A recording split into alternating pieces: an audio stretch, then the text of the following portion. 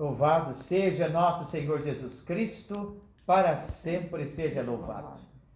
Que bom, meus amigos e meus irmãos, estamos mais uma vez unidos pela fé, na esperança, repletos de ansiedade para exercer nossa caridade.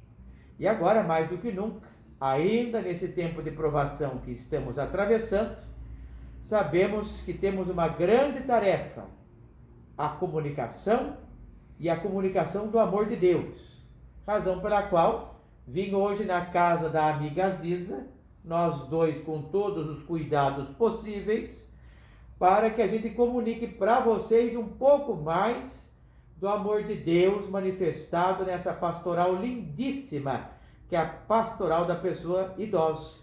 E particularmente agora com as mensagens do Papa Francisco para o mundo em relação ao Dia dos Idosos, ao Dia dos Avós, muito especificamente para nós, já antecipado para o domingo, este dia 25.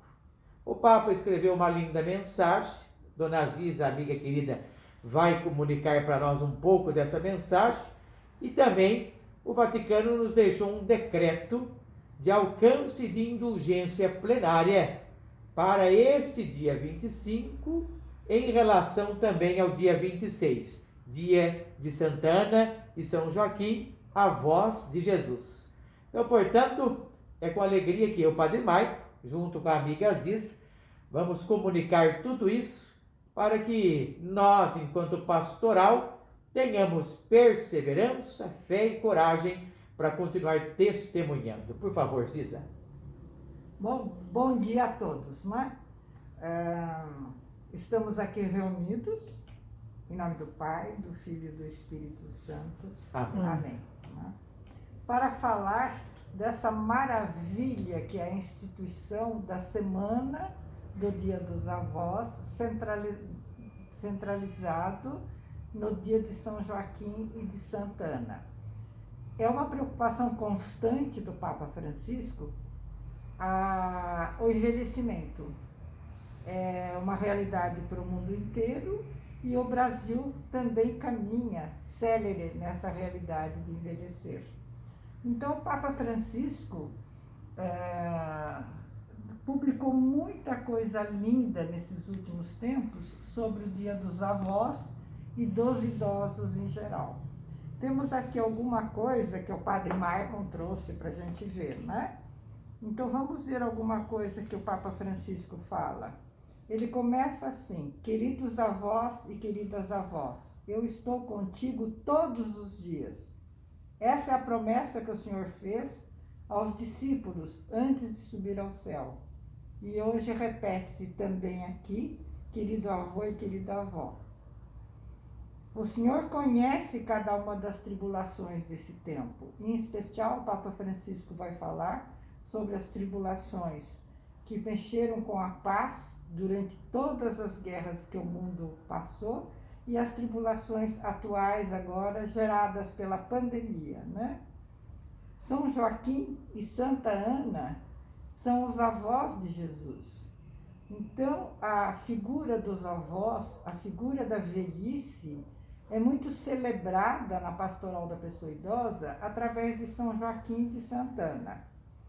E o Papa insiste numa mensagem de muita esperança, de muita paz, querendo que todos celebremos as relações intergeracionais.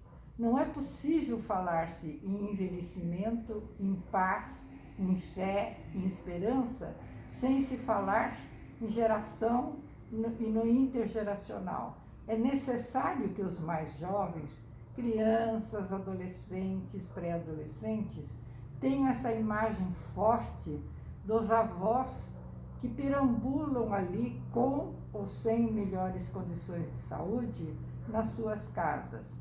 E o Papa cria uma imagem muito bonita em que ele faz um verdadeiro tripé, são colunas de sustentação de um mundo que, por ser tão vulnerável agora na pandemia, precisa de uma maior sustentação de paz, de fé, de esperança e de alegria. Então, o Papa pinça 3 grandes pilares. Ele pinça sonhos, memória e oração. Então, vamos ver um pouquinho como é que são os sonhos. Todas as pessoas têm direito a sonhar. Todas as pessoas devem sonhar. Parte da esperança, que é centralizada na fé, sim, se sustenta pelos sonhos que as pessoas têm. Rever esses sonhos sempre e viabilizar esses sonhos é função de cada um quando nós estamos sustentados por fé, por esperança e por oração. Então, se as crianças, seus adolescentes, seus pré-adolescentes, seus adultos jovens se chegam aos avós e questionam os sonhos desses avós, querem ouvir os sonhos desses avós, eles vão começar a participar de toda a memória que esses sonhos levam. Então, o que vai acontecer é o seguinte: conhecendo-se os sonhos e as memórias enraizadas por esses sonhos, todas as pessoas mais jovens do que as pessoas idosas vão conseguir, sabendo a sua história e a história dos sonhos dos que os precederam, essas pessoas vão conseguir, pelo conhecimento e pela memória de tudo que foi acontecendo e dos sonhos que foram se realizando, todos os mais jovens vão conseguir chegar a conclusões de autoestima. Conhecendo suas raízes, é possível ter autoestima. A gente só ama, só admira aquilo que a gente conhece. A admiração veio pelo conhecimento. Conhecendo e sabendo sonhos e memórias dos avós, todas as pessoas vão sentir essa fé enraizada em que elas também poderão sonhar e também poderão conseguir caminhar com seus sonhos. Isso é fundamental para a felicidade humana. Isso é fundamental para que a pessoa se sinta bem. Sonhar é necessário. E não se paga para sonhar. Sonhar é de graça, né? E a memória, as raízes da memória, é que vão possibilitar uma coisa que o Papa Francisco também fala muito. As raízes, nós precisamos de jovens com raízes. Então, jovens que já tenham memória. E essa memória vai ser fundamentada na memória dos avós, na memória dos mais velhos. E esses jovens com raízes vão conseguir vislumbrar a ternura possível nos dias de tanta violência, de tanta desordem possibilitada pela pandemia. Como retirar essa ternura? Essa ternura só é possível através da paz interior. E as pessoas idosas já ultrapassaram tantos problemas, tantas situações difíceis, que olhando para trás, eles conseguem sim ver que é necessário qualidades que estão ficando raras hoje em dia. Paciência, por exemplo. Paciência é fundamental. Se a gente sonhar e tiver paciência, a gente chega lá. E é isso que o Papa Francisco pede, com todas as considerações dele. O Papa Francisco pede ainda que a gente consiga desenvolver o nosso sentido de cuidar. Cuidar é necessário. Cuidar da própria casa, cuidar da própria saúde, cuidar dos pequeninos, cuidar dos mais frágeis, cuidar dos mais pobres, cuidar de todos aqueles que têm necessidades. O desenvolvimento da cultura do cuidar é fundamental numa sociedade qualquer, principalmente na nossa. Padre, é mais ou menos isso. Pois é. A dona Aziza nos lembrou dos 3 pilares e é o que dá todo o sentido da oração. De fato, alguém que idealiza um mundo melhor nos seus sonhos e porque tem memória de muitas outras coisas boas que alicerçaram aquilo que está na minha ideia, dá a razão plena do sentido da oração. Deus é bom e nós somos convidados a ser sua imagem e semelhança. Mas é fato, nós nos sentimos ainda mais imagem e semelhança quando toda essa identidade está conosco no dia a dia, no agir, no pensar, no fazer. A nossa oração agora é uma oração humilde, em que nós pedimos paciência e humildade. Vocês sabem, as suas visitas nas casas, os seus contatos, a diferença que fazia isso na nossa vida e na vida dos outros, agora está limitada principalmente pela espera. A nossa oração agora é pedir a Deus muita paciência, muita humildade e resignação, mas sempre sabedoria para guiar as coisas, principalmente a minha ação dentro do que está no meu alcance, como por exemplo o telefonema que eu faço, a mensagem que eu mando, os caminhos que eu ainda tomo, resolvendo na minha própria casa certas situações que, quem sabe, estão no meu alcance.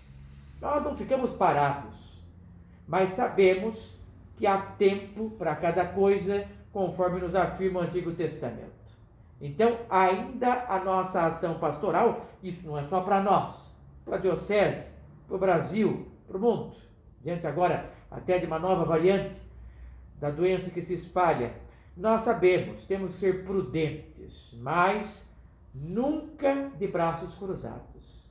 Gente de oração não cruza o braço, estende o braço. O gesto maior da oração sempre foi esse.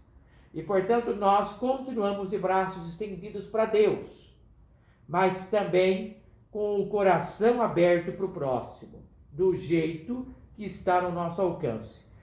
Vocês que têm liderança, vocês que estão à frente, vocês que fazem parte de toda essa bonita equipe que organiza essa pastoral, sabem o que podem fazer, o que podem indicar e que caminhos tomar, mas com a paciência de esperar o campo da ação fora da sua casa. Por enquanto é dentro do que está no alcance. Ah, mas padre, quanto tempo mais vão ficar negligenciando isso? Estão passando dificuldade aqui. Calma, confie em Deus. Deus, o Senhor de tudo, sabe o que faz. Não é essa a história de Santana e São Joaquim, muito parecida com a história também da prima Isabel com o seu marido? Todos nós sabemos, Deus age no tempo certo e não abandona ninguém. Como nos lembrava o Salmo do domingo anterior, o Senhor é o nosso pastor e nada nos faltará. Então, portanto, diante dessa perspectiva, no clima da oração, o Papa, por sua vez, emitiu um decreto por via de seu dicastério lá no Vaticano, esse dicastério ligado aos leigos, à família e à vida.